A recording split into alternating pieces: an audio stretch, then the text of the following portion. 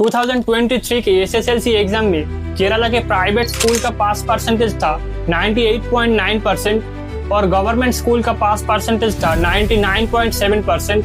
यानी कि government school ने प्राइवेट स्कूल को पीछे छोड़ दिया, जिसके बाद पेरेंट्स ने अपने बच्चों को प्राइवेट स्कूल से निकाल के गवर्नमेंट स्कूल में एडमिशन कराने लगे। इंडियन गवर्नमेंट स्कूलों में ये 5 स्टेप अगर फॉलो किया जाए तो वो दिन दूर नहीं जब इंडियन गवर्नमेंट स्कूल एक्सीलेंस का मॉडल होगा।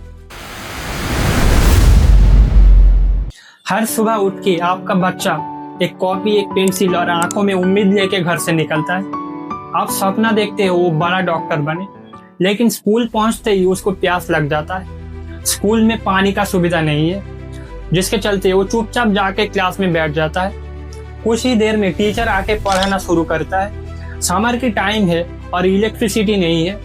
पढ़ाई शुरू होते ही बच्चा और टीचर पसीना पसीना होने लगे।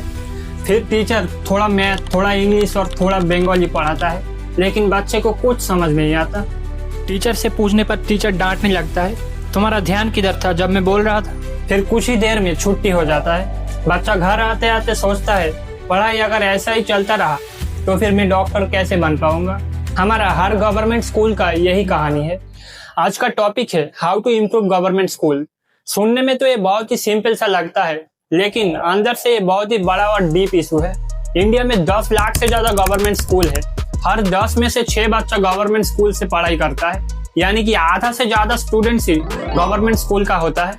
ऐसे में गवर्नमेंट स्कूल का एजुकेशन क्वालिटी अच्छा होना बहुत ही इंपॉर्टेंट हो जाता है। 1947 में जब इंडिया इंडिपेंडेंट हुआ तब सपना था शिक्षा को हर बच्चे तक पहुंचाना। 1950 में कॉन्स्टिट्यूशन ने आर्टिकल 45 में लिखा, हर स्टेट सबका राइट टू एजुकेशन इंश्योर करेगा।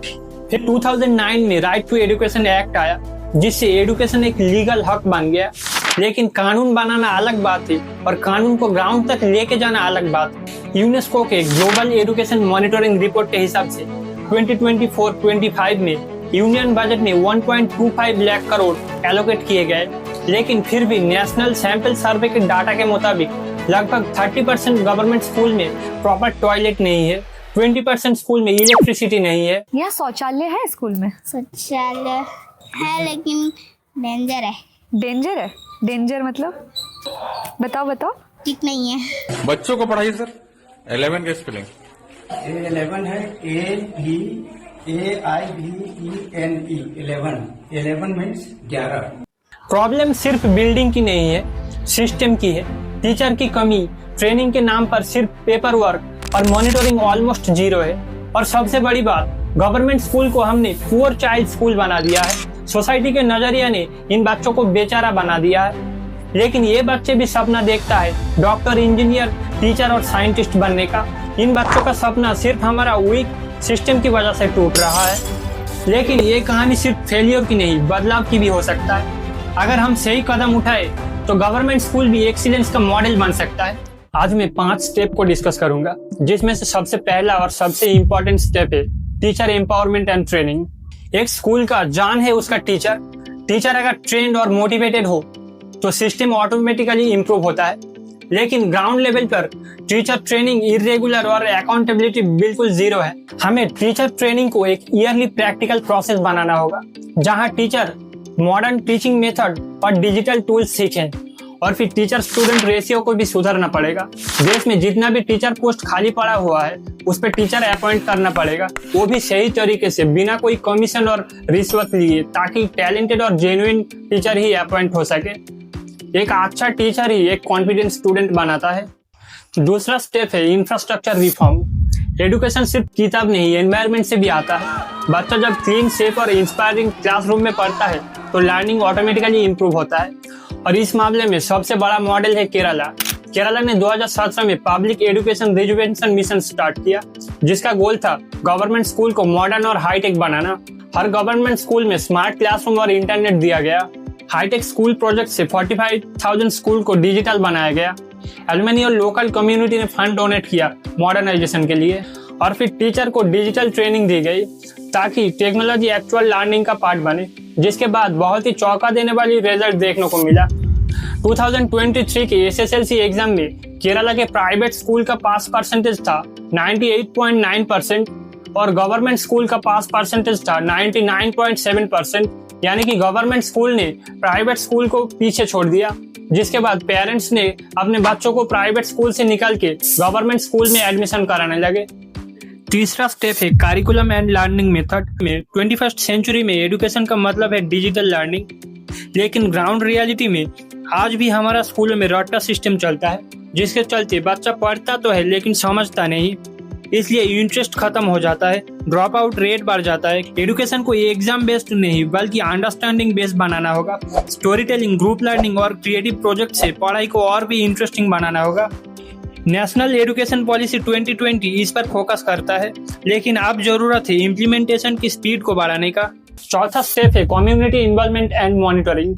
स्कूल का सक्सेस सिर्फ टीचर पर नहीं, कम्युनिटी पर भी डिपेंड करता है। जब पेरेंट्स और लोकल लोग स्कूल का काम में शामिल होता है तो अकाउंटेबिलिटी बढ़ जाता है। हर स्कूल में एक एक्टिव स्कूल मैनेजमेंट होना चाहिए जो मंथली मॉनिटरिंग करे, कौन सा टीचर प्रेजेंट था, फंड कहाँ गया और बच्चों का प्रोग्रेस क्या है, वो सब कुछ मॉनिटर होना चाहिए। साथ ही साथ बच्चों को इंस्पायर करना भी उतना ही जरूरी है।